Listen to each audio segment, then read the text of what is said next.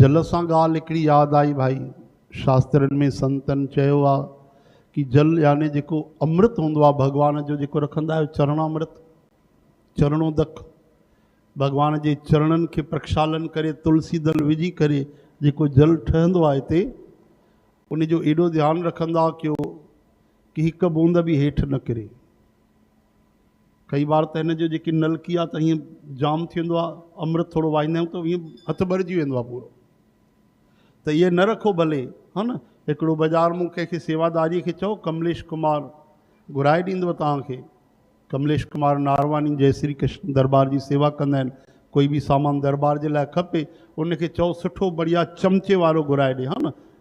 तांबे जो जेको पात्र हूंदो आहे पितल जो अमृत वारो, वॾो चमचो हुजे, हिकु ई कढो त अमृत हली वञे। राजेंद्राचार्य चवंदा आहिनि हथ खे कपिड़ो ॿधी करे हीअं बढ़िया ऐं हीअं करे अमृत वठो मथां, हिकु बूंद बि हेठि न किरी पए। वॾो अपमान आहे, अपराध आहे।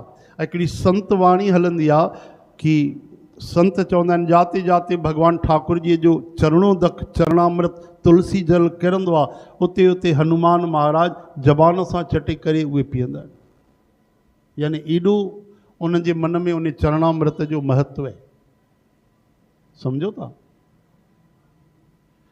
त मां त ॾिसंदो आहियां हिते ॿ लोटियूं भरियल पयूं त केॾीमहिल कोई काथे त उते ई हारियल पियो हूंदो आहे, हेठि हारजंदो आहे। हिक हिक खे त इहा ॻाल्हि चई नथी सघिजे, हा न। त ध्यानु रखो हिकु बूंद बि न हारिजे।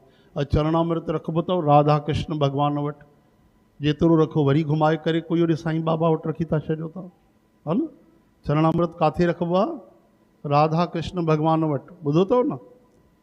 त इन ॻाल्हि जो ध्यानु रखो। असां घुरायूं था वॾो वारो बढ़िया हो लोटो अमृत वारो चमच, ऐं सावधानीअ सां चरणामृत भले पाण ई खणे, जंहिंखे खणणो आहे, जा हलायो त ध्यान सां हलायो।